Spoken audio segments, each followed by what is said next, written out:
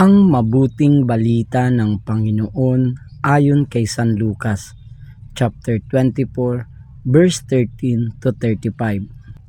Nang linggo ding iyon, ang dalawa sa mga alagad ay patungo sa isang nayong tinatawag na Imaus. May 11 kilometro ang layo sa Jerusalem. Pinag-uusapan nila ang mga pangyayari. Samantalang nag-uusap sila at nagtatanungan, lumapit si Jesus at nakisabay sa kanila.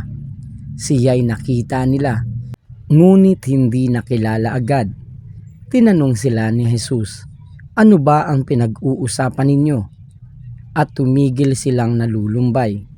Sinabi ng isa na ang ngalay Cleopas, "Kayo lamang po yata ang dayuhan sa Jerusalem na hindi nakakaalam sa mga bagay na katatapos pa lamang nangyari roon." "Anong mga bagay?" tanong niya. At sumagot sila, "Tungkol kay Jesus na taga Nazaret, isang propetang makapangyarihan sa gawa at salita, maging sa harapan ng Diyos at ng mga tao. Isinakdal siya ng aming mga punong saserdote at mga pinuno upang mahatulang mamatay, at siya ay ipinako sa krus. Siya pa naman ang inaasahan naming magpapalaya sa Israel. Hindi lamang iyan, 3 araw na ngayon mula nang mangyari ito. Nabigla kami sa ibinalita ng ilan sa mga babaeng kasamahan namin. Maagang maaga raw silang nagpunta sa libingan at di nila natagpuan ang kanyang bangkay. Nagbalik sila at ang sabi, nakakita raw sila ng isang pangitain, mga anghel na nagsabing buhay si Jesus. Pumunta rin sa libingan ang ilan sa mga kasama namin at gayon nga ang natagpuan nila. Ngunit hindi nila nakita si Jesus.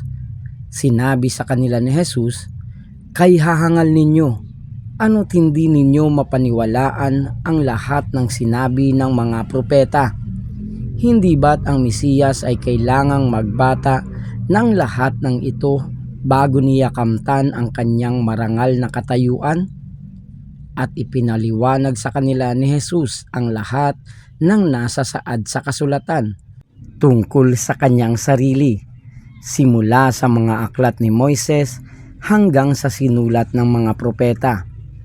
Malapit na sila sa nayong kanilang patutunguhan, at si Jesus ay waring magpapatuloy pa ng lakad. Ngunit siya'y pinakapigil-pigil nila. "Tumuloy na po kayo rito sa amin," anila, "sapagkat palubog na ang araw at dumidilim na." Kaya't sumama nga siya sa kanila.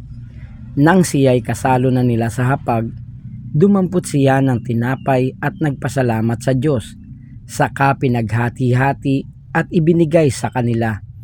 Nabuksan ang kanilang paningin at nakilala nila si Jesus.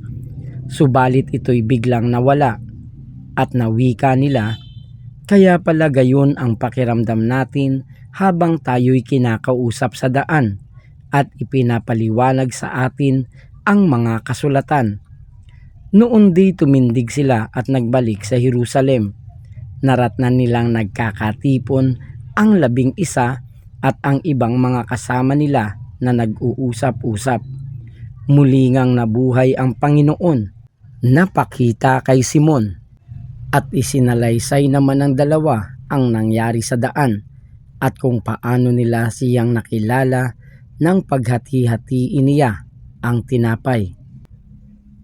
Ang mabuting balita ng Panginoon. Pinupuri ka namin, Panginoong Hesukristo.